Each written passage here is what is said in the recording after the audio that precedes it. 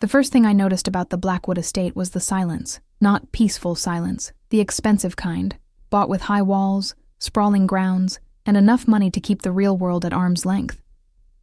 My shoes crunched on the immaculate gravel driveway as I approached the mansion, my heartbeat drumming against my ribs.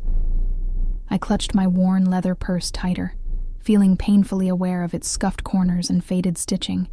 The employment agency had warned me this was a high-profile client. But nothing had prepared me for this. A modern fortress of glass and stone perched on the edge of Lake Michigan, its windows reflecting the gray October sky like cold, watchful eyes. "Just breathe, Elena," I whispered to myself. "It's just another nanny position." But it wasn't. Not with what they were offering to pay. 3 times my usual rate, health insurance, and a private suite in the East Wing. After 6 months of barely making rent, eating ramen noodles, and dodging calls from debt collectors, it felt like winning the lottery. The massive front door swung open before I could ring the bell. A woman in her 50s with a tight silver bun and sharper eyes stood there, clipboard in hand. "Ms. Vasquez?" Her voice matched her appearance, efficient, no nonsense. "Yes, I'm Elena Vasquez. I have an appointment with Mrs. Blackwood about the nanny position. Mrs. Peterson, head of household staff." She gave me a swift once-over that made me grateful I'd splurged on dry cleaning my one interview outfit. "You're 7 minutes early. Follow me." The interior of the house swallowed me whole. Soaring ceilings, marble floors, artwork that probably cost more than my entire education. My sensible heels clicked loudly in the hushed atmosphere as I followed Mrs. Peterson down a hallway that seemed to stretch forever. "Mrs. Blackwood is not in residence," she said, without turning. "She spends most of her time at their Monaco property since the separation. You'll be interviewing with Mr. Renzo, the child's uncle and current guardian." My stomach tightened. This wasn't what the agency had told me. "I thought I'd be meeting with the child's mother." "Plans change, Ms. Vasquez, especially in this household." Something in her tone suggested this was a frequent occurrence. "Mr. Renzo has final say in all matters regarding Sophia. The 5-year-old girl I'd be caring for if I got the job. The agency had been vague about the family situation, only saying the parents were separated, and the father traveled extensively for business." Mrs. Peterson stopped before a set of double doors and knocked twice. "Wait here. I'll announce you." Left alone in the hallway, I fought the urge to flee. Everything about this place felt wrong. Too perfect, too controlled. Like a beautiful cage, I checked my reflection in a gilded mirror, tucking a stray curl back into my bun, wishing I'd worn something less ordinary. The doors opened, and Mrs. Peterson motioned me in. "Ms. Vasquez, sir." I stepped into what appeared to be a study. Walls lined with books, a massive desk by floor-to-ceiling windows overlooking the lake. The morning light silhouetted a man standing with his back to me, phone to his ear, speaking rapid Italian. Something about his stance, shoulders broad under his tailored suit, head slightly tilted, sent an unexpected shiver of familiarity through me. I stood awkwardly, clutching my resume folder, as Mrs. Peterson closed the doors behind me. The man finished his call without any acknowledgement of my presence, still facing the window. When he finally turned, the folder slipped from my fingers, pages scattering across the polished floor. No. It couldn't be. Dominic Renzo. 5 years older, but unmistakable. The same olive skin, the same intense dark eyes that once looked at me like I was his entire world. The same lips that whispered promises against my skin in the darkness of his college apartment. The man I'd once loved, the man who disappeared without a trace the day after I told him I was pregnant. "Elena." My name in his mouth wasn't a question. He'd known. He'd known I was coming. I struggled to breathe, to speak, to do anything but stare. This was impossible. Dominic wasn't Mr. Renzo. He wasn't some wealthy businessman with a lakeside mansion and a motherless niece. He was the scholarship student I'd tutored in English Lit. The boy with the mysterious family back in Italy he never discussed. The first man I'd ever loved. "You look well," he said, as if we'd bumped into each other at a coffee shop, as if 5 years of silence didn't stretch between us like an ocean. His accent had faded, replaced by the cool, measured tones of someone accustomed to authority. "What is this?" I finally managed, my voice barely above a whisper. "Some kind of sick joke?" He moved toward me, and I flinched back instinctively. Something flashed in his eyes. Hurt? Anger? Before his expression settled back into unreadable calm. "Please sit." He gestured to the chairs across from his desk, then bent to gather my scattered resume pages with a fluid grace that reminded me of how he used to move on the soccer field. I'd rather stand. My legs were shaking, but pride kept me upright. "What am I doing here, Dominic?" "You're here for a job interview, Ms. Vasquez." The formality in his tone cut deeper than rage would have. "For the position of nanny to my niece, Sophia." "Your niece." I repeated the words, testing them for lies. "Yes." He placed my resume neatly on his desk. "My brother, Marco's daughter." The world tilted beneath me. Marco. Dominic had mentioned a brother once or twice, always with a strange mix of admiration and resentment. But this didn't make sense. None of it did. "I don't believe you," I said flatly. "This isn't coincidence. You knew it was me applying for this job." A ghost of a smile touched his lips. "I own the employment agency, Elena." The implication hit me like a physical blow. Every job application I'd submitted, every interview I'd failed to get, the strange 6 months of unemployment after a career of steady work, all engineered to bring me here, desperate enough to accept this position without asking too many questions. "Why?" I demanded, heat rising to my face. "After 5 years of nothing, you walk out on me when I needed you most, and now you—" "What? Want to offer me a job out of charity? Ease your conscience?" His expression hardened. "You have impressive qualifications. Sophia needs stability, structure, someone with your background in child development." "Stop it." My hands curled into fists at my sides. "Don't pretend this is professional. Don't you dare." He sighed, running a hand through his dark hair, longer now than when I'd known him, the college boy replaced by this stranger in an expensive suit. "Perhaps I should have been more direct. But would you have come if you knew it was me?" "No." The word fell like stone between us. "Exactly." He moved to a sideboard and poured 2 glasses of water, offering one to me. I didn't take it. "Elena, I understand your anger." "You understand nothing." My voice cracked, and I hated myself for it. Hated that after 5 years he could still affect me this way. "You have no idea what I went through." Something darkened in his expression. "I know more than you think." Before I could respond, a soft knock interrupted us. The door opened and Mrs. Peterson appeared with a small girl half hidden behind her skirts. Sophia, I presumed, dark curls, olive skin, and wide brown eyes that darted curiously between Dominic and me. "I apologize for the interruption, sir, but Miss Sophia insisted on meeting her potential new nanny." Dominic's entire demeanor changed, softening as he crouched to the child's level. "Sophia, what did we say about interrupting work meetings?" The little girl stepped forward, chin raised with a familiar stubbornness that made my heart twist. "You said it's rude unless it's an emergency. And this is an emergency because Bella had a nightmare, and only a nanny knows how to fix bad dreams." She clutched a worn stuffed rabbit to her chest. Despite everything, I felt a smile tug at my lips. Dominic glanced up, caught it, and for a moment, I glimpsed the boy I'd once known in his eyes. "Well," he said, "perhaps Ms. Vasquez can demonstrate her nightmare-fixing abilities." Sophia turned those big eyes to me, and I found myself kneeling without conscious decision, professional instincts taking over. "Hello, Sophia. I'm Elena." I extended my hand, which she solemnly shook. "And who's this?" I nodded to the rabbit. "This is Bella. She's scared of thunder." Sophia thrust the toy toward me. "Can you make her not scared anymore?" I took the stuffed animal gently. "Well, I know a special trick for scared rabbits. May I?" I gestured to her ear, and she nodded. I leaned in and whispered just loud enough for her to hear. "Sometimes when we're scared, the bravest thing we can do is admit it. Should we tell Bella it's okay to be scared sometimes?" Sophia's eyes widened. She nodded and took the rabbit back, whispering to it seriously. Then she looked up at me with a smile that punched the air from my lungs.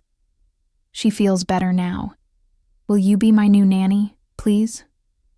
The question hung in the air between us, layered with implications Sophia couldn't possibly understand. Behind her, Dominic watched me with unreadable eyes. I felt trapped in a current pulling me toward a shore I'd fought years to avoid. Sophia, why don't you let Mrs. Peterson take you back to your lessons? Dominic said gently. Ms. Vasquez and I need to finish our grown-up talk. The little girl pouted, but allowed herself to be led away, turning at the door to give me a small wave that twisted something deep in my chest. When the door closed, the tension rushed back, filling the space between us. You're good with her, Dominic said quietly. I'm good at my job. I straightened, gathering what remained of my composure, a job I'm no longer interested in. Whatever game you're playing, leave me out of it. I turned to leave, but his next words froze me in place. She doesn't know about our daughter, Elena. The world stopped. The careful walls I'd built around that pain cracked instantly. I turned slowly, vision blurring. How dare you? I whispered. How dare you speak of her? Alessandra, he said, and hearing my daughter's name on his lips felt like violence. Born at Chicago Memorial, 6 pounds, 3 ounces. She had your eyes. Stop. The word tore from my throat. She lived for 37 minutes. Congenital heart defect. You named her after your grandmother. I couldn't breathe. Couldn't think. No one knew these details. I'd made sure of it. Moved cities. Changed phone numbers. Buried the truth so deep even my parents thought I'd simply moved for a job opportunity. How do you know that? My voice sounded distant, belonging to someone else. I told you. I know more than you think. He moved toward me, and this time I was too numb to step back. Elena, there are things you don't understand. Things I couldn't tell you then. 5 years, I said, my voice hollow. 5 years of silence, and now you want to explain? Now that you've manipulated me into coming here? His jaw tightened. I didn't have a choice. There's always a choice, Dominic. Anger was safer than pain, and I clung to it. You chose to leave when I told you I was pregnant. You chose to disappear. To protect you, he said, with such quiet conviction that I almost laughed. From what? Fatherhood? His eyes flashed. From my family. From who I really am. A cold feeling settled in my stomach. And who are you, really? Instead of answering, he moved to his desk and pressed a button. Mrs. Peterson, please show Ms. Vasquez to the guest suite. She'll be staying the night. Panic flared. I'm not staying anywhere. I'm leaving.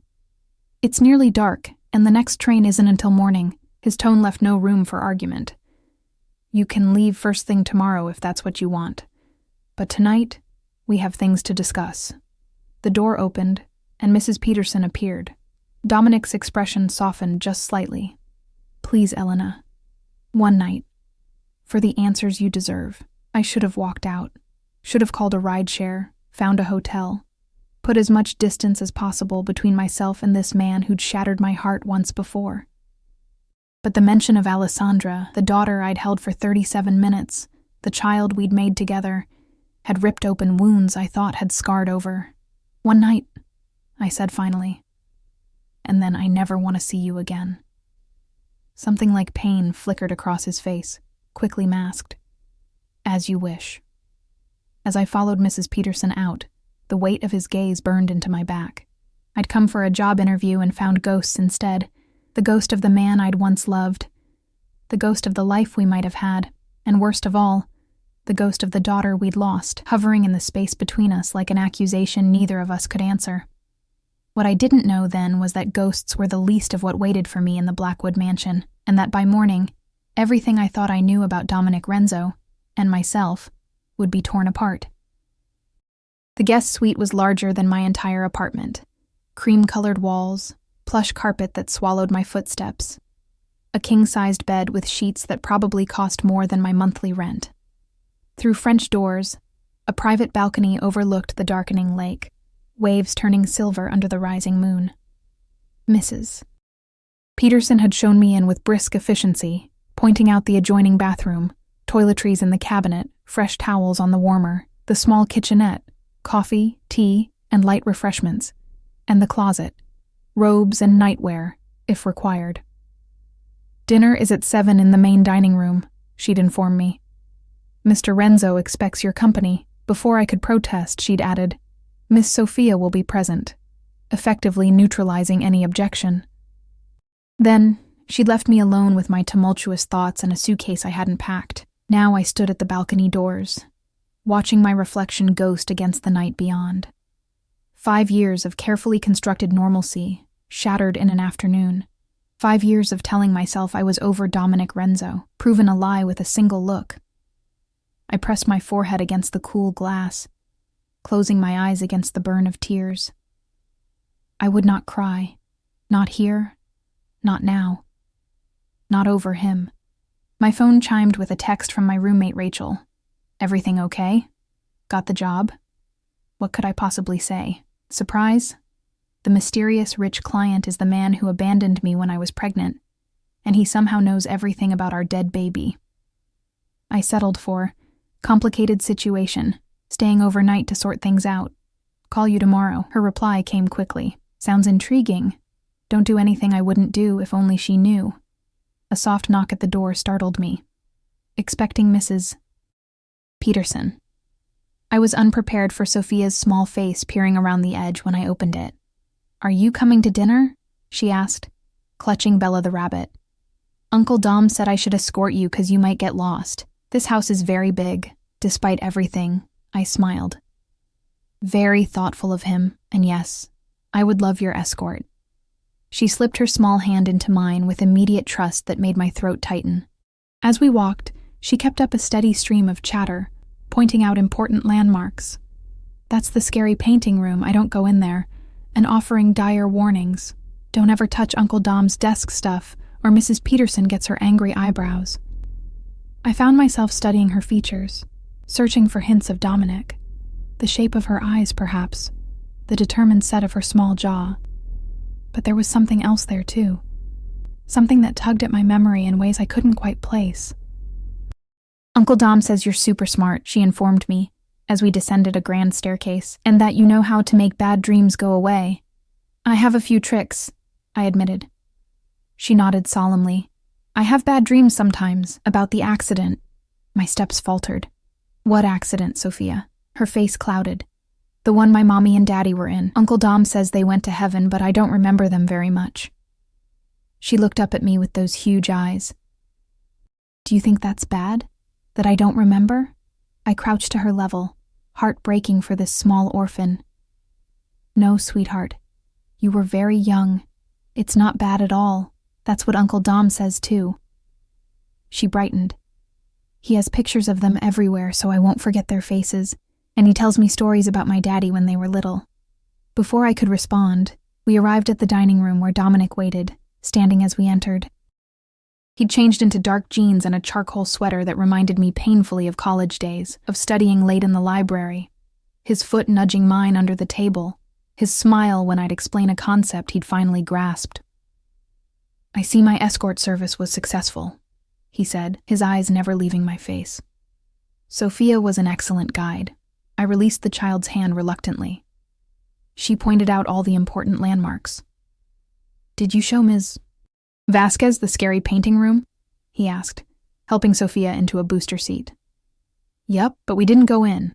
She arranged Bella carefully beside her plate. I told her about the angry eyebrows, too. Dominic's lips twitched. Very thorough. I took the seat across from him, hyper-aware of his presence. A staff member I hadn't met appeared with a bottle of wine, pouring for Dominic and looking at me questioningly. Just water, please, I said. I needed a clear head for whatever revelations awaited after Sophia's bedtime. Dinner was surreal. Sophia chattering happily about her day, Dominic responding with gentle attention. Me watching this domestic scene like an anthropologist observing an unfamiliar ritual. The Dominic I'd known had been passionate, impulsive, always in motion.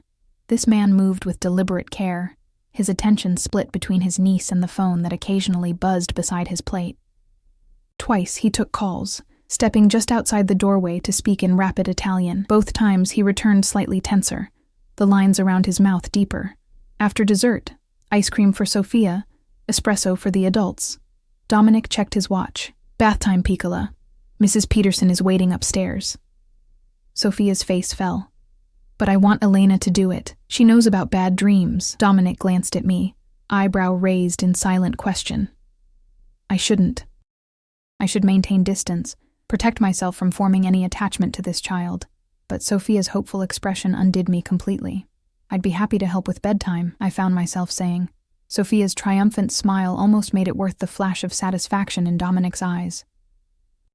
Upstairs in Sophia's room, a wonderland of pink and purple with a canopy bed and more stuffed animals than a toy store, I supervised teeth brushing, helped with pajamas, and listened to her prayers, which included blessings for Uncle Dom, Mrs. Peterson, all my toys, and Elena, my new friend.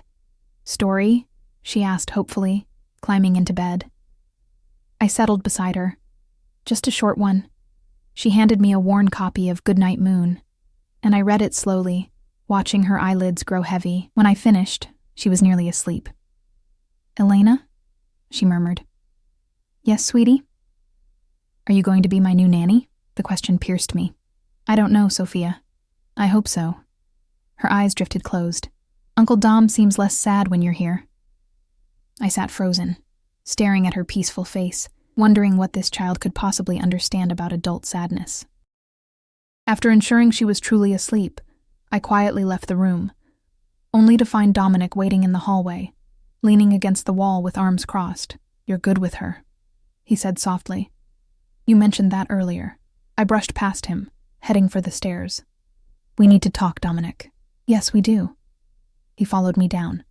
My study? I nodded stiffly, bracing myself for whatever came next. In the study, a fire now burned in the large hearth, casting dancing shadows across the book-lined walls. Dominic closed the door behind us and moved to pour 2 drinks at the sideboard. I don't want alcohol, I said. It's just scotch, Elena. He held a tumbler out to me, and trust me, you might want it. Something in his tone made me take the glass, though I didn't drink. Dominic settled into one of the leather chairs by the fire, gesturing for me to take the other. For a long moment, he stared into the flames, the light carving shadows beneath his cheekbones, highlighting the changes 5 years had wrought. A small scar near his temple that hadn't been there before, lines at the corners of his eyes that spoke of strain more than age. I need to know how you found out about Alessandra, I finally said, unable to bear the silence. I never put her name on any public record. I made sure of it. His eyes met mine, dark and unreadable. I was there, Elena. The words hit me like a physical blow. That's impossible. 3rd floor of Chicago Memorial, room 307. You were in labor for 19 hours. There was a complication. They took you for an emergency C-section. My hands trembled around the untouched scotch. No, you weren't there. I was alone. You weren't alone. His voice roughened. I was in the waiting room the entire time. I paid for a private room under a different name. I made sure you had the best specialists. The room seemed to tilt. I don't understand. Why wouldn't you come to you? Bitterness edged his words. Hold your hand? Be there when our daughter took her first and last breath? Because I couldn't, Elena. Because the moment I stepped into that hospital room, I would have put both of you in danger. What danger? I set the glass down before I dropped it. What are you talking about? He took a long swallow of his scotch, then set it aside. My family isn't what you thought, what I let you believe. You barely spoke about your family, for good reason. He leaned forward, elbows on knees. The scholarship student you tutored, the normal college boy you fell in love with, he was a carefully constructed lie. Cold dread pooled in my stomach. Who are you, then? My full name is Dominic Alessandro Renzo. My father was Salvatore Renzo, head of the Renzo crime family in Chicago until his death 3 years ago. His eyes never left mine. The business degree was real. The poverty was not. I was being groomed to take over the family business, all of it, legitimate and otherwise. The words hung in the air between us, impossible to process. Crime family. Salvatore Renzo. I remembered the name from news headlines years ago. Organized crime, racketeering charges, mysterious deaths of witnesses. You're telling me you're... what? In the Mafia? The question came out as a half laugh of disbelief. I'm telling you, I was born into it. No hint of humor touched his face. And that when I met you, when I fell in love with you, I started to believe I could escape it. My mind raced back to our time together. His mysterious phone calls, the weekends he'd disappear for family obligations, the way he'd tense when certain names were mentioned in the news, the cash he always seemed to have despite his scholarship student status. The day you told me you were pregnant, he continued, was the same day my father discovered our relationship. He'd had me followed for months, suspicious of my increased absences. His jaw tightened. He made it very clear what would happen if I didn't end things with you immediately. So you just left? Anger flared, burning away shock. You could have warned me, explained, and you would have what? Understood? Accepted? He shook his head. My father didn't make threats, Elena. He made promises, and he never broke them. What exactly did he threaten? Dominic's eyes darkened. You. Your family. Our child. He had pictures of your parents' house in Oregon, your sister's college dorm room. His voice dropped. He said he would teach me a lesson about divided loyalties. I'd seen what his lessons looked like. I sat in stunned silence, memories reshuffling themselves. The strange car I'd sometimes noticed following me after Dominic disappeared. The break-in at my apartment where nothing was taken. The anonymous payment of my hospital bills. So you've been watching me all this time. Protecting you, he corrected, from a distance. And now? I gestured around us. Your father is dead, yet here we are. You manipulated me into coming here. Why? He stood abruptly, moving to the window. Because things have changed. Because Sophia needs you. Sophia needs a nanny, not specifically me. She needs someone I can trust absolutely. He turned back. And despite everything, Elena, you're the only person who fits that description. That's rich, I said bitterly. You trust me, but kept me in the dark about everything. Your family, your life, even our daughter's death.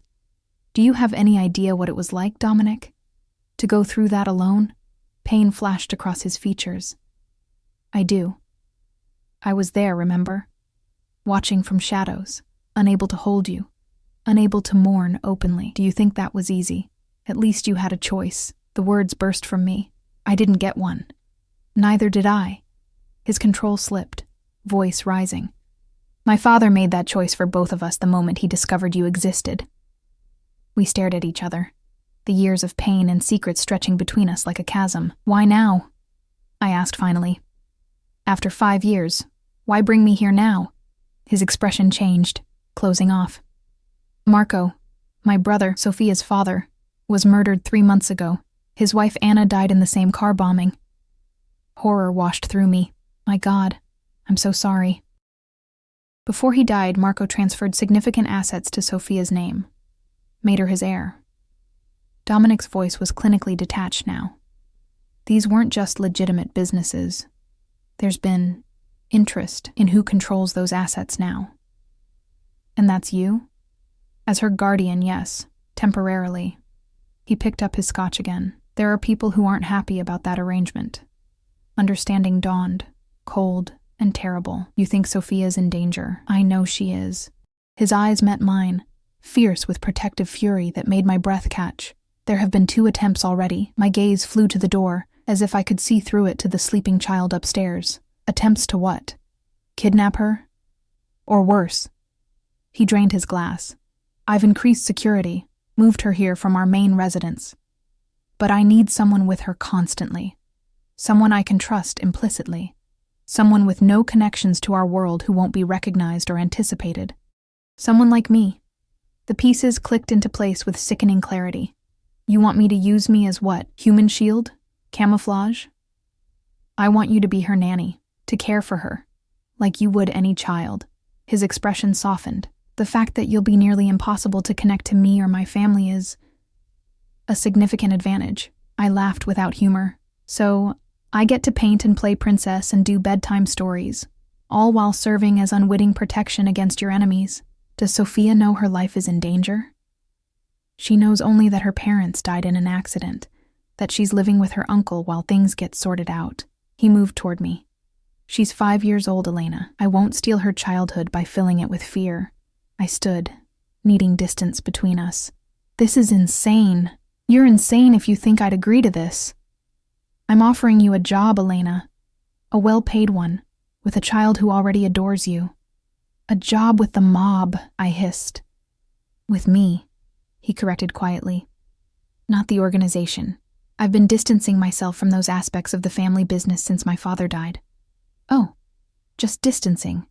How comforting. I paced to the fireplace. And these people trying to hurt Sophia, they'll respect that distinction, will they? Something dangerous flashed in his eyes. No one will hurt Sophia while I'm alive. The absolute conviction in his voice sent a chill through me. This wasn't the boy I'd known. This was someone else entirely, someone capable of violence I couldn't begin to imagine. I should leave, I whispered. First thing tomorrow, just like we agreed. He watched me for a long moment. That's your choice. But before you decide, there's something you should know. My heart sank. What now? The break-in at your apartment 5 years ago wasn't random. He spoke carefully, measuring each word. My father sent men to ensure you wouldn't keep our child. When they found out you'd miscarried, they left without harming you. The room spun. I gripped the mantle for support. Are you saying... I'm saying my father was a monster. Dominic's voice was flat, and that when I found out what he'd planned, I began working against him, undermining him. It took years, but eventually, I made sure he could never hurt anyone again. The implication hung in the air between us. You had your own father killed? I could barely voice the question. His expression never changed. I made a choice, Elena, the only one I could live with. I stared at this stranger wearing Dominic's face, this man who spoke of murder as calmly as discussing the weather. What had happened to the passionate boy who'd read poetry to me under stars, who dreamed of traveling the world together? I don't know you, I whispered. You're the only one who ever did. He stepped closer, close enough that I could smell his cologne, different from college days, but underneath, the same skin scent I remembered. The man you loved was real, Elena. That was never a lie. And this?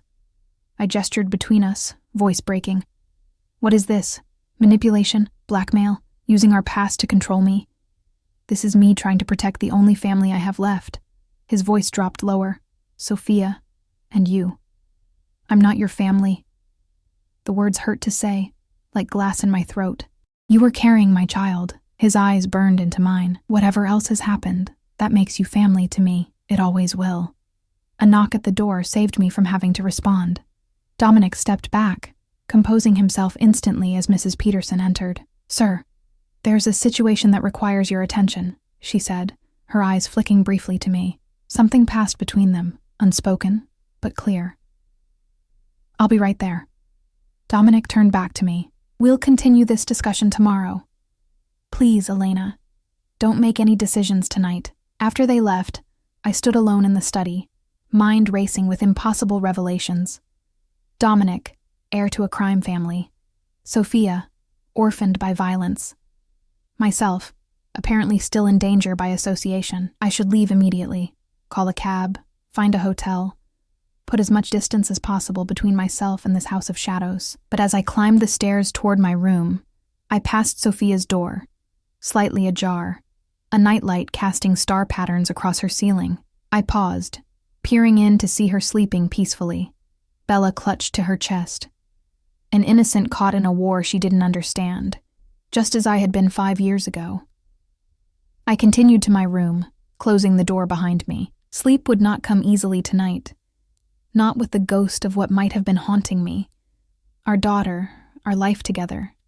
The future we'd planned in whispers.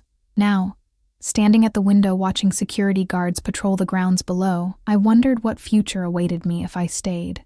Danger, certainly. Heartbreak. Almost inevitably. But also, perhaps, a chance to protect a child who needed me. A chance to finally understand the truth of what had torn my life apart 5 years ago. A chance to face the man I'd never stopped loving, no matter how desperately I'd tried. Morning arrived with pale October sunlight filtering through the curtains I'd forgotten to close. For one disoriented moment, I didn't remember where I was. Then reality crashed back. The Blackwood mansion, Dominic, Sophia. The impossible revelations of the night before. I sat up, running a hand through my tangled hair.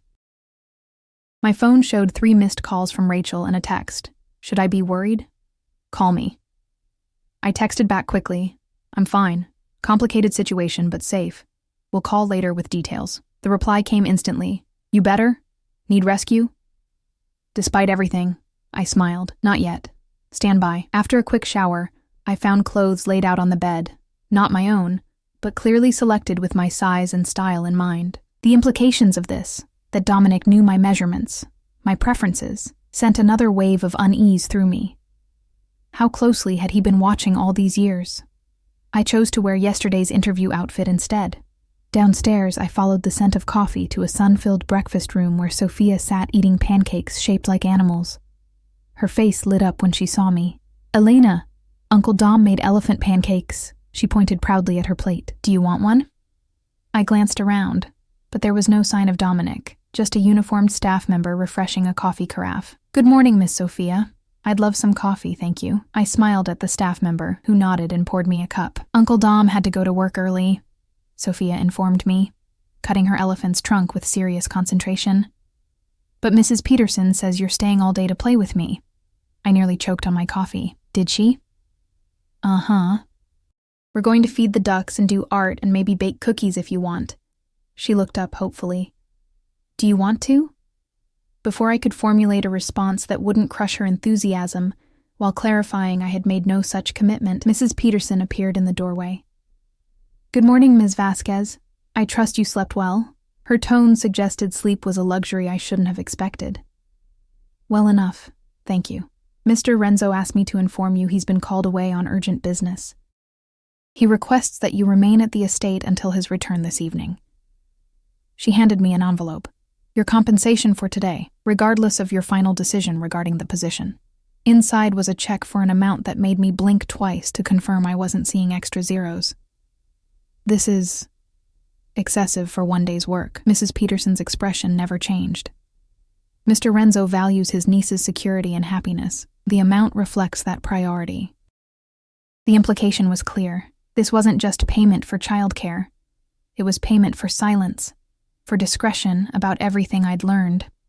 I haven't agreed to stay, I said, though even to my own ears, it sounded weak with Sophia watching eagerly. The car that brought you isn't available until this evening, Mrs. Peterson replied smoothly. Of course I can call a taxi if you prefer to leave immediately. A perfect trap. Leave now, disappointing a child already traumatized by loss, or stay and be further entangled in Dominic's web. I looked at Sophia's hopeful face and felt my resolve crumbling. Feeding ducks sounds fun, I said finally. But this doesn't mean I'm accepting the position permanently. Sophia cheered while Mrs. Peterson merely nodded, as if my capitulation had been a foregone conclusion. The day passed in a blur of small delights. Sophia's laughter as ducks swarmed for breadcrumbs, her serious concentration while painting watercolor flowers, her flour-covered face as we baked chocolate chip cookies. For hours at a time, I could almost forget the dangerous reality surrounding this innocent child. Almost. Security personnel maintained a visible presence throughout the grounds. The gates were monitored by cameras and armed guards. Twice, Mrs. Peterson took calls that left her tight-lipped and tense, throwing concerned glances toward Sophia. During Sophia's afternoon nap, I explored the mansion, noting security keypads on certain doors, the way staff members watched me with barely disguised suspicion. In the library, I found family photographs, Dominic and a man who must be Marco, arms around each other's shoulders at what appeared to be a wedding. Sophia as a baby with a beautiful dark-haired woman. Formal portraits of older men with Dominic's eyes and jawline. A family business indeed. I was studying a photograph of Dominic in graduation robes, taken during our time together, though I was notably absent from the image, when a voice behind me made me jump. He doesn't smile like that anymore. I turned to find an elegant woman in her early 30s watching me. Unlike Mrs. Peterson's starched formality, she exuded casual confidence in designer jeans and a simple blouse. I'm Gabriela Vega. She extended a manicured hand. Dom's cousin and Sophia's godmother. I shook her hand warily. Elena Vasquez. Oh, I know exactly who you are. Her smile was knowing. The famous Elena, Dom's college sweetheart. The casual mention of our past relationship confirmed my suspicions. I wasn't just known to Dominic's inner circle. I was a topic of discussion. I didn't realize I was famous. Gabriella laughed, the sound warm and genuine. Let's just say my cousin hasn't been the same since you. Trust me, in this family, that makes you legendary. She gestured to the sitting area. Join me? Mrs. P said Sophia's down for another hour at least. Against my better judgment, I followed her to a pair of armchairs by the window. So, she said, studying me openly, you're considering becoming Sophia's nanny. I haven't decided yet, but you spent the day with her. Gabriella's gaze was shrewd. And from what I hear, she's already attached to you. Children attach easily at her age, I said carefully. It doesn't mean I'm the right person for the job. Because of Dom? Or because of what his family does? I tensed. Both. I'm not comfortable being involved with this world. Yet, here you are. She leaned forward. Elena, can I be blunt? Sophia needs stability, security, someone who cares about her, not just the paycheck. I work with children because I care about them, I said stiffly. But caring isn't always enough, not when there's danger involved, which is precisely why it needs to be someone Dom trusts absolutely. Gabriella's expression softened. Do you know how rare that is, trust, in our world? I'm beginning to understand, I admitted. When Marco and Anna died. She paused, composing herself. Dom changed, became harder, colder. The only one who can still reach him is Sophia. And now, perhaps you. Me? I shook my head. I haven't seen him in 5 years. He's a stranger now. Is he? Her gaze was penetrating, because the man who's been keeping a protective eye on you for 5 years doesn't sound like a stranger to me. Sounds more like someone who never stopped caring. Before I could respond, a staff member appeared at the door. Ms. Vega, the call you were expecting. Gabriella stood. Think about what I said, Elena, and for what it's worth, I hope you stay. Sophia deserves someone like you in her life. And Dom? She smiled sadly. Well, he deserves a second chance too, don't you think? After she left, I remained in the library, thoughts churning.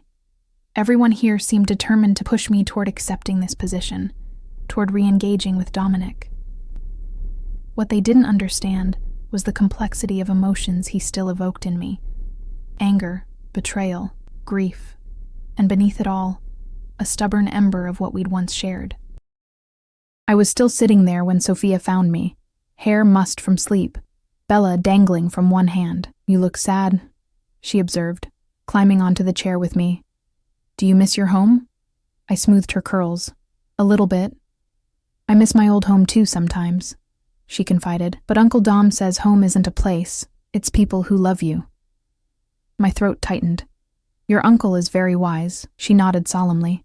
He says you're the wisest person he knows. That's why he wants you to stay with us forever. Forever. The word hung in the air, laden with impossible weight. Sophia, I said carefully. I don't know if I can stay forever. I have my own life, my own home. Her face fell. But don't you like us? I like you very much, I assured her. But grown-up decisions are complicated sometimes. She considered this, her small face serious. Uncle Dom says complicated just means you have to try harder, like my shoelaces. Despite everything, I laughed. He has a point.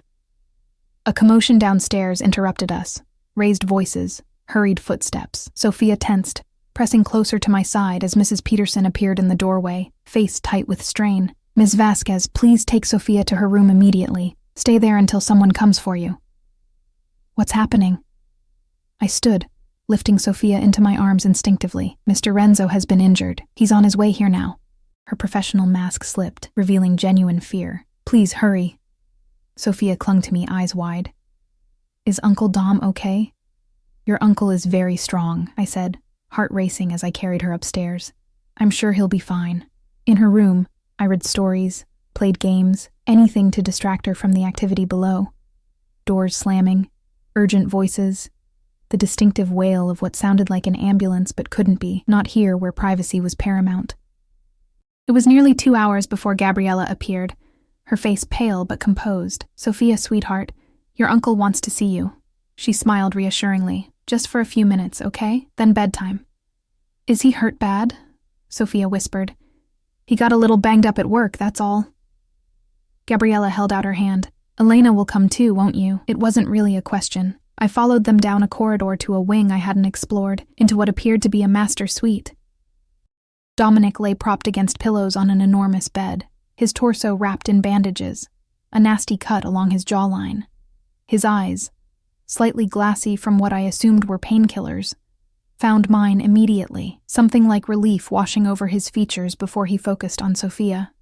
"There's my brave girl," he said, voice rough but strong. Sophia approached cautiously. "Did you get an OE, Uncle Dom?" "Just a scratch, Piccola." He reached for her hand. "Nothing to worry about. Promise you won't go to heaven like Mommy and Daddy?" Her voice trembled. Pain that had nothing to do with his injuries crossed Dominic's face. "I promise, Sophia. I'm not going anywhere." She nodded, visibly relieved. "Elena took care of me all day. We fed ducks and made cookies and everything." "Did she?" His gaze returned to me. "I'm glad." Gabriella stepped forward. "Okay, Sophia. Time to say goodnight. Uncle Dom needs to rest." After extracting a promise from Dominic to read 2 stories tomorrow night to make up for missing bedtime, Sophia allowed herself to be led away, leaving me alone with the injured man who had once been my everything. "You should go," I said quietly.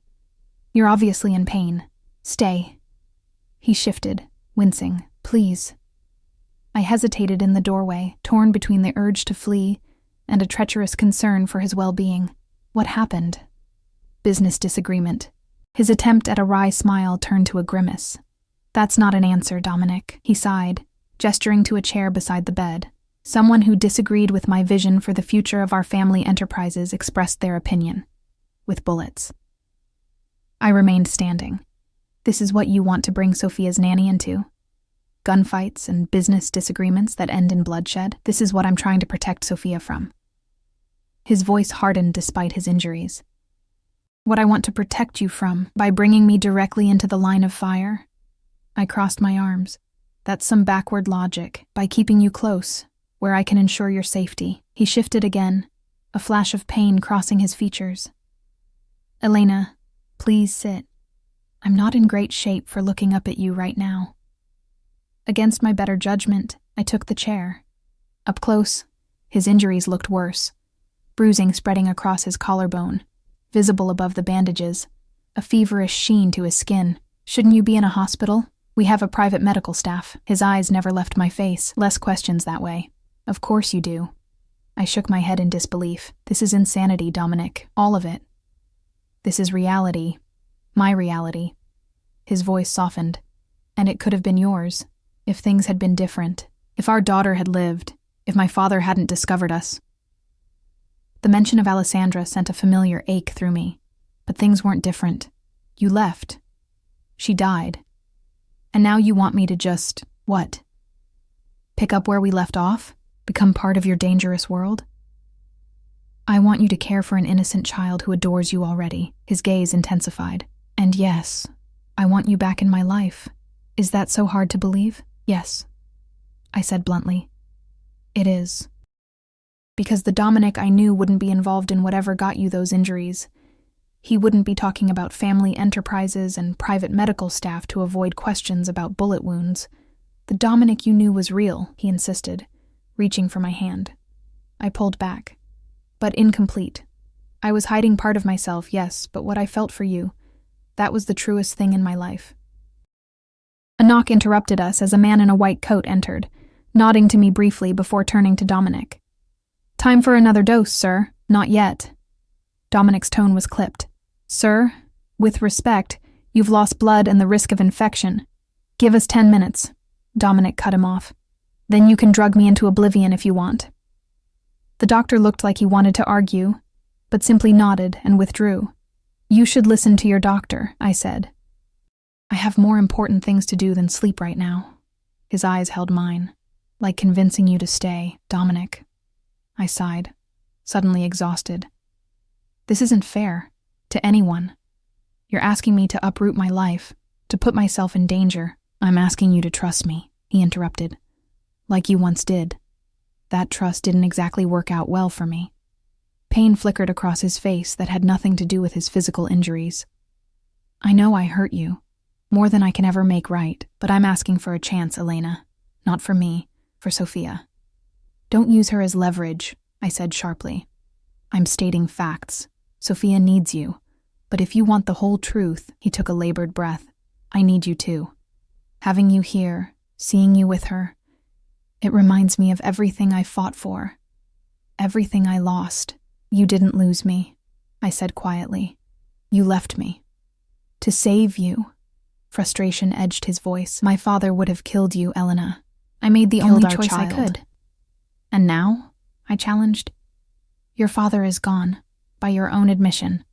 What's stopping you from walking away from all this? I gestured around us. The danger, the violence, the criminal empire. He was silent for a long moment. It's not that simple. It never is with you. I stood, needing distance. That's the problem, Dominic. Nothing is ever simple. There's always some shadowy threat, some reason to keep secrets, some justification for more violence. Welcome to my world. Bitterness edged his words. You think I wanted this life, this legacy? I was born into it, Elena, groomed for it from childhood. And Sophia? Is that her future too? The question struck a nerve. His jaw tightened. No, never. Everything I've done since Marco died has been to secure a different path for her. A legitimate future. How? By eliminating your enemies one by one until no one's left to threaten her? I shook my head. Where does it end? It ends when she's safe, he said simply.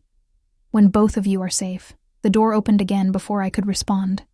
The doctor returned, accompanied by Gabriella, whose expression suggested this was not a social visit. Time's up, she said firmly. Doctor's orders. Dominic looked like he wanted to argue, but conceded with a nod. We'll continue this tomorrow, if I'm still here, I reminded him. Something flashed in his eyes, desperation perhaps. Elena. Rest, I cut him off. We'll talk in the morning. I followed Gabriella out, emotions churning. In the hallway, she turned to me, arms crossed. He's a stubborn ass when he's injured, she said bluntly. Worse than usual. Despite everything, I almost smiled. He was stubborn in college too. Some things don't change, she sighed. Look, I know you're planning to leave, and I understand why. But will you at least stay tonight? He'll rest better knowing you and Sophia are safe under the same roof. The manipulation was obvious but effective. I'll stay tonight, I agreed reluctantly. But tomorrow you'll make whatever decision is right for you, she finished. Just don't make it out of fear, okay? Dom would never let anything happen to you or Sophia. He can't promise that, I said quietly. Today proved it. Her expression hardened. Today proved how far he'll go to protect what matters to him. The only reason he's injured is because he put himself between a bullet and one of his men. That's who he is, Elena. Loyalty to the bone. The image hit me with unexpected force. Dominic shielding someone with his own body. Taking a bullet meant for someone else. It aligned painfully well with the boy I'd known. The one who'd walk me to my car in rain or snow. Who'd stayed up all night when my roommate was sick. Who'd always put others first. Maybe some things really didn't change. Back in my room, I sat on the edge of the bed, staring at nothing. My phone buzzed with another message from Rachel. Seriously worried now.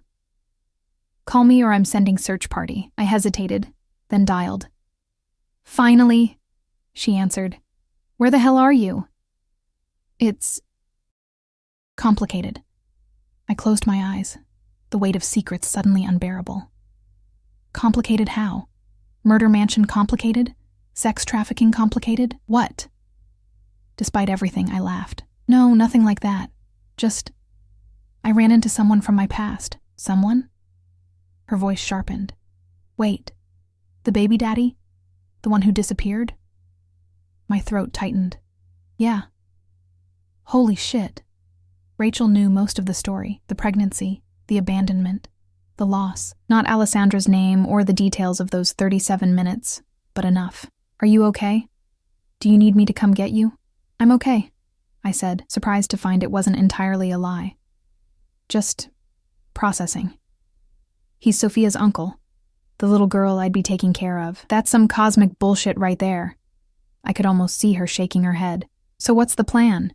Tell him to go to hell and come home? The question hung between us. What was the plan? I don't know yet, I admitted.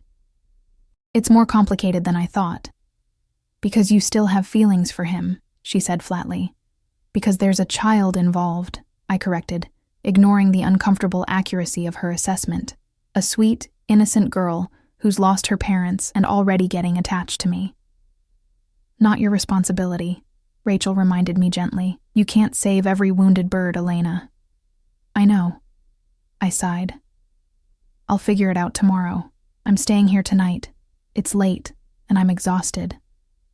Call me first thing, she insisted, or I really will send that search party. After we hung up, I changed into the nightgown that had been left for me. Simple cotton, exactly my style.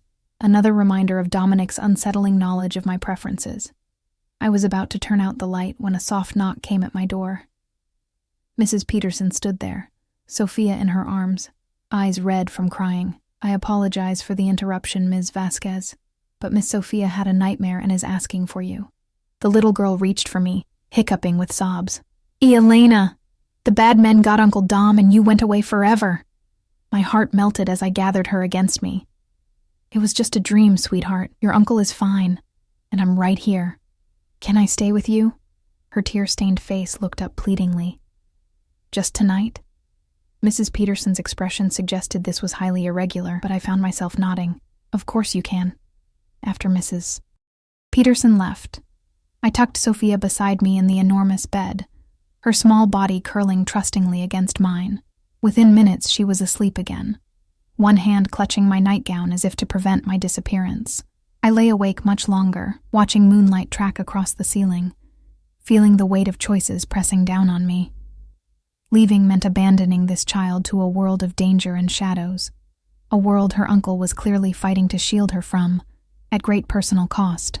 Staying meant risking my heart, my safety, perhaps even my life. Neither option felt right, neither felt wrong. Both felt impossible. Morning came too quickly, sunlight and Sophia's cheerful chatter dragging me from fitful sleep. She bounced on the bed, apparently recovered from her night terrors.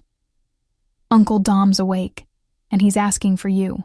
Her excitement was infectious. Mrs. Peterson says we can have breakfast in his room if we're super careful not to spill. The domesticity of the scene that awaited us was jarring. Dominic propped up against pillows, looking better than the night before, though still pale. A breakfast tray across his lap, newspapers and tablets scattered around him. His face softened when Sophia bounded in, but his eyes locked on mine with naked longing that made my chest ache. Good morning, he said quietly. You look better, I offered, helping Sophia settle on the edge of the bed with her plate. Amazing what a night's rest can do. He smiled faintly. Though I understand I missed out on having my own bad dream guardian, Sophia nodded earnestly. Elena fixed my nightmare. She's the best at it. I'm sure she is. His gaze never left mine. Sophia Piccola, after breakfast, would you mind if Mrs. Peterson took you to feed the ducks again? I need to speak with Elena alone. The moment of reckoning then. Sophia chatted happily through breakfast, oblivious to the tension between adults, the weight of decisions hovering in the air. When she left with Mrs. Peterson, Dominic set aside his tray, his expression turning serious. Before you give me your answer, he said, there's something you should know. My stomach tightened. Every revelation from Dominic so far had upended my world. What could possibly come next? I'm listening. He reached for a folder on his nightstand, wincing slightly at the movement. After Alessandra died, I started searching for answers, the congenital heart defect that took her life. It didn't appear in any of your family medical records, nor in mine. A chill ran through me. What are you saying? I'm saying it was suspicious, too convenient for my father's purposes. His eyes met mine, dark with old rage, so I had her medical records reviewed by specialists, privately.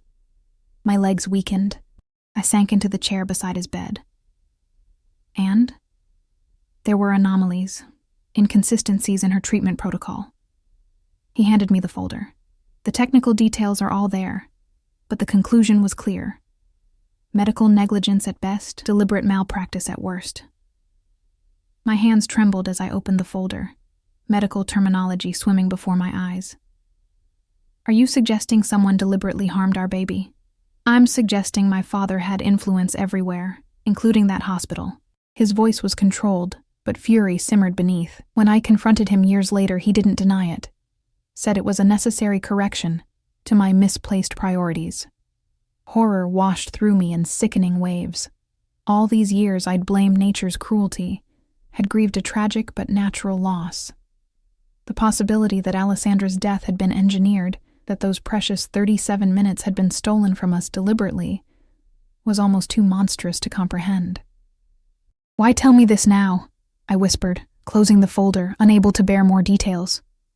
"Because you deserve the whole truth before you decide." He shifted, reaching for my hand. This time I didn't pull away, and because Sophia faces the same threat from the same kinds of people. People who see children as leverage, as weaknesses to be exploited. His fingers tightened around mine. I failed to protect our daughter. I won't fail Sophia, but I can't do it alone, Elena. The pieces clicked together with terrible clarity. This wasn't just about needing a nanny. This was about creating a fortress around Sophia, physical, emotional, familial. A defense so complete that no one could breach it to harm her as Alessandra had been harmed. "You want more than a nanny," I said slowly. "You want a partner." "Yes." No hesitation, no qualification. In every sense of the word, I pulled my hand back, standing to pace the room. "That's insane, Dominic. We haven't seen each other in 5 years. You can't just recruit me into your war. It became your war the moment our daughter died," he said quietly. "You just didn't know you were fighting it." The truth of his words struck deep. All my careful rebuilding, my determined forward momentum, had it really been a form of resistance? A refusal to be broken by unseen forces? "Even if that's true," I said, "you can't expect me to just fall back into your life, your bed." "I expect nothing." He cut me off. "I'm asking, Elena. Asking you to consider staying, not just for Sophia, but for us, for what we might still build from the ashes, while you continue running a criminal empire," I challenged. "How does that work exactly? I've been transitioning the family business to legitimate enterprises since my father died." For the first time, he looked away. "It's not complete. There are complications, resistance, hence yesterday's disagreement. And if I stayed, would you complete that transition?" His eyes returned to mine, blazing with sudden intensity. "With you by my side? Without question." The promise hung between us, weighted with possibility. I sank back into the chair, mind racing. "I need time to think. This is too much." "Of course." He nodded. "Take all the time you need, but..." He hesitated. "Would you consider staying here while you decide? For Sophia's sake, if nothing else?" It was manipulation, using the child's attachment to sway me. But it was also truth. Sophia had lost too much already. My abrupt disappearance would be another wound for her young heart. "I'll stay for now," I conceded. Not as a commitment to anything more. Just while I think. Relief washed across his features. "Thank you." The days that followed settled into an unexpected rhythm. I spent mornings with Sophia, lessons, games, outdoor adventures within the secure perimeter of the estate. Afternoons often found us with Dominic as he recovered, the three of us forming a strangely comfortable unit that felt both foreign and familiar. I watched him with Sophia, patient, attentive, protective without smothering, and glimpsed the father he might have been to our Alessandra. The thought brought both pain and a peculiar healing, like scar tissue finally forming over a wound that had festered too long. Evenings were ours alone, after Sophia was asleep. We talked for hours, about the years apart, about his gradual disillusionment with his father's methods, about my work with children, about grief and resilience, and second chances. We carefully avoided discussing the future, existing instead in a tenuous present that felt increasingly precious. A week passed, then 2. I called the employment agency and arranged an extended leave of absence. Rachel visited once, eyeing Dominic with transparent suspicion that softened slightly when she saw him with Sophia. "He loves that kid," she observed, as we sat by the pool, watching Dominic teach Sophia to float on her back. "And he still looks at you like you hung the moon." "It's complicated," I sighed. "Isn't it always?" She squeezed my hand. "Just be careful, okay? Not just physically, your heart's involved here too." She was right. Despite my best efforts to maintain emotional distance, I was falling again, not for the passionate boy I'd once loved, but for this more complex man, scarred by loss and responsibility, fighting to forge something better from a dark inheritance. October bled into November. The tension that had surrounded the house upon my arrival gradually eased as Dominic's security measures and business maneuvers apparently neutralized immediate threats. He returned to work, though with greater caution and more security than before, and our strange domestic arrangement continued. Then came the night that changed everything. I woke to the sound of breaking glass, instantly alert. A glance at the clock showed 3:17 a.m. For a moment, I lay frozen, telling myself it was nothing, wind perhaps, or an animal outside.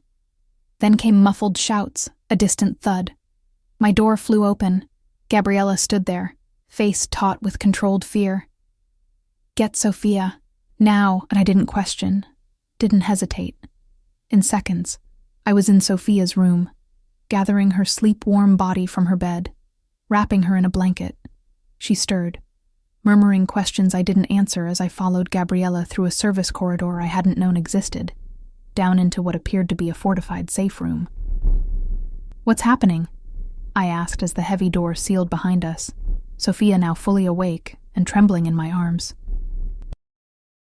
"Breach in the east wing," Gabriella said tersely, checking security monitors that showed various parts of the house. 3, maybe 4 intruders. Security is engaging. "Dominic?" Fear clutched my heart. "In the study when the alarms went off. He'll hold them off while we—" She broke off as one monitor showed a familiar figure moving with deadly purpose through the hallway outside Sophia's room, gun in hand. "There. He's checking her room first." Seeing Dominic like this, coldly efficient, weapon extended, should have horrified me. Instead, I felt only desperate relief that he was alive, was fighting, was coming for us. "The bad men are here, aren't they?" Sophia whispered against my neck, small body quivering. "Yes, sweetheart," I answered honestly, "but your uncle and his team won't let them hurt you. Or you." Her tear-filled eyes sought reassurance. "They won't hurt you either? Or me," I promised, though I had no right to make such guarantees. We waited in tense silence, Gabriella monitoring the security feeds, Sophia clinging to me like a lifeline. Twice, the feeds showed brief, violent encounters between security personnel and black-clad intruders. I turned Sophia's face away from the screens. It felt like hours, but was perhaps 20 minutes before the communication system crackled to life. "Clear." Dominic's voice taut with controlled fury. 4 neutralized, perimeter secured. Gabriella slumped with relief before responding. "Understood. We're safe. Sophia is unharmed." "Elena?" The question held naked fear. "I'm fine," I answered, leaning toward the microphone. "We're all fine." His exhale was audible. "Stay put. I'll come to you once we've swept the entire property." Dawn was breaking by the time the safe room door opened to reveal Dominic, a cut above his eye the only visible evidence of the night's violence. Sophia flew to him, and he caught her one-armed, his other hand still gripping a weapon he quickly concealed upon seeing her tearful face. "It's over, Piccola," he murmured into her hair. "You're safe." Over his niece's head, his eyes met mine, filled with questions I couldn't answer yet. Was this the final straw? The confirmation that his world was too dangerous, too violent for me to enter willingly? Hours later, after the authorities had been dealt with, discreetly, through channels that clearly operated outside normal law enforcement, after Sophia had finally been settled back to sleep in a guest room closer to Security Central, after the blood had been cleaned from the marble floors, Dominic found me on the balcony of my room. "I'd understand if this is too much," he said without preamble, coming to stand beside me at the railing. "If you want to leave now, I won't try to stop you. I studied his profile in the late morning light, the new cut joining his collection of scars, the stubble darkening his jaw, the weariness etched around his eyes. Is this what life would be like? Constant vigilance, safe rooms, midnight attacks? No. He turned to face me fully. Tonight was a desperate final attempt by former associates who disapproved of my recent business decisions. They miscalculated badly. The cold certainty in his voice sent a shiver through me. I didn't ask what had happened to these associates after they were neutralized. Some questions were better left unasked. This isn't the life I want for Sophia, he continued. Or for us, if there could be an us. I've been working towards something different, something legitimate, something safe. His hands gripped the railing. Tonight proved we're not there yet, but we will be. When? I asked. How long before Sophia can have a normal childhood? Before we could have a normal life? 6 months, he said without hesitation. By then the transition will be complete, irrevocable, the remaining complications resolved. I took a deep breath. And if I stayed? If I committed to this, to you, to Sophia, to building something together? Hope flared in his eyes, quickly tempered with caution. You'd have my word that you and Sophia would be my priority, above business, above family legacy, above everything. Not good enough, I said quietly. I need more than words, Dominic. Name it. A complete break. My voice strengthened with conviction. Not in 6 months. Now. Walk away from all of it. The criminal enterprises, the violence, the vendettas. Keep only what's legitimate, what's clean. Elena. He hesitated. It's not that simple. There are obligations, commitments. There always will be. I cut him off. Unless you choose differently, unless you choose us. For a moment, he was silent. Internal conflict plain on his face. Then, something shifted, hardened into resolve. You're right. You and Sophia deserve better than a life built on compromise and half measures. He took my hands in his. If I choose us, completely, irrevocably, will you stay? Will you help me build something worthy of the daughter we lost? The mention of Alessandra pierced my heart. But not with the old sharp pain, something else now. A bitter-sweet ache, a sense of possibility rising from loss. Yes, I whispered. But not here. Not in this house built on secrets and blood money. Anywhere you want. His fingers tightened around mine. We'll start fresh. New home, new city if you want. Somewhere Sophia can be just a normal child with 2 people who love her. 2 people? I echoed. His smile was tentative, vulnerable in a way that reminded me of the boy he'd once been. I was hoping, in time, we might make it official, be a family, the way we should have been from the beginning.